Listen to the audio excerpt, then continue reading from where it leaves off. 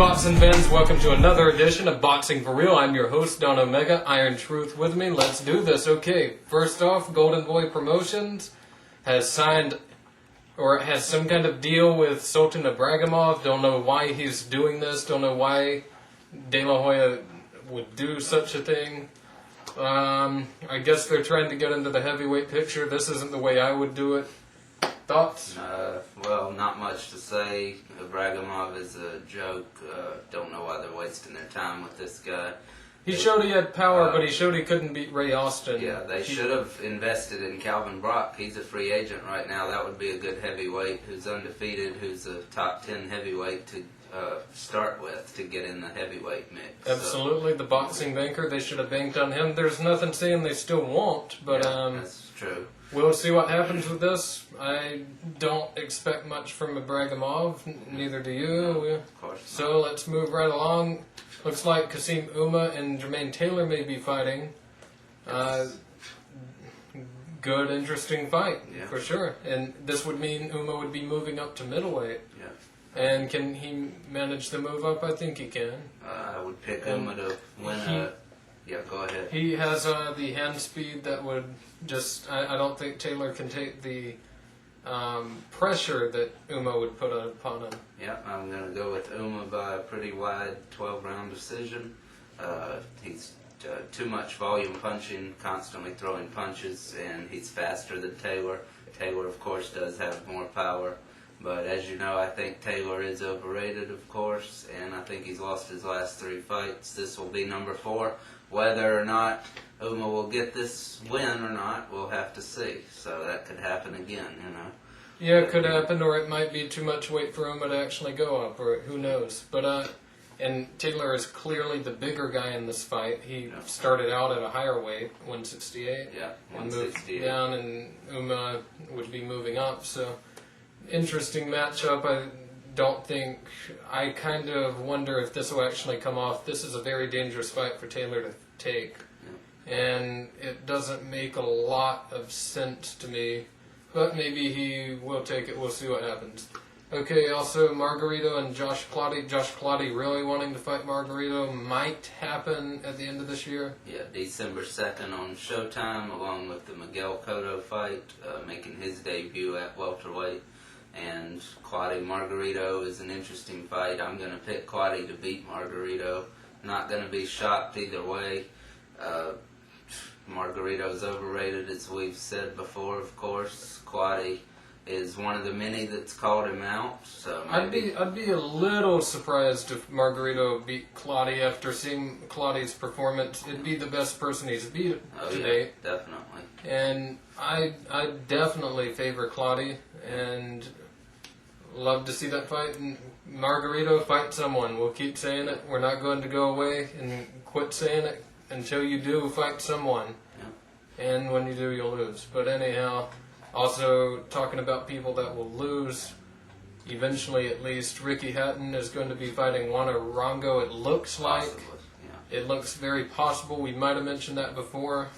It looks even more likely now. Now Hatton's people have even said it. Arango's people were saying it before. Now Hatton's people are saying it's very likely.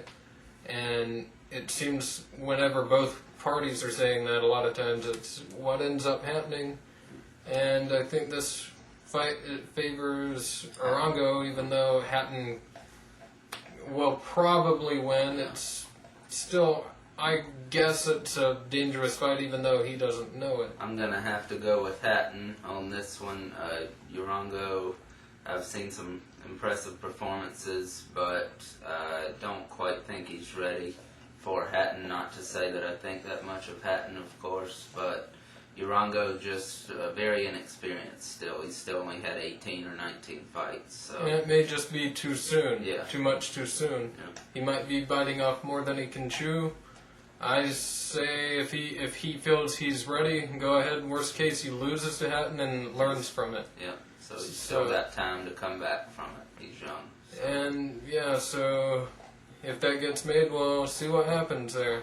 Also, Corey Spinks and Rodney Jones fighting. possibly, it looks like. Yeah, it looks like Corey Spinks. This is not the Rodney Jones that was licking on Jorge Paez, by the way. This Rodney Jones beat Antonio Margarito a long time ago, and he beat Teddy Reed last year, in May of last year.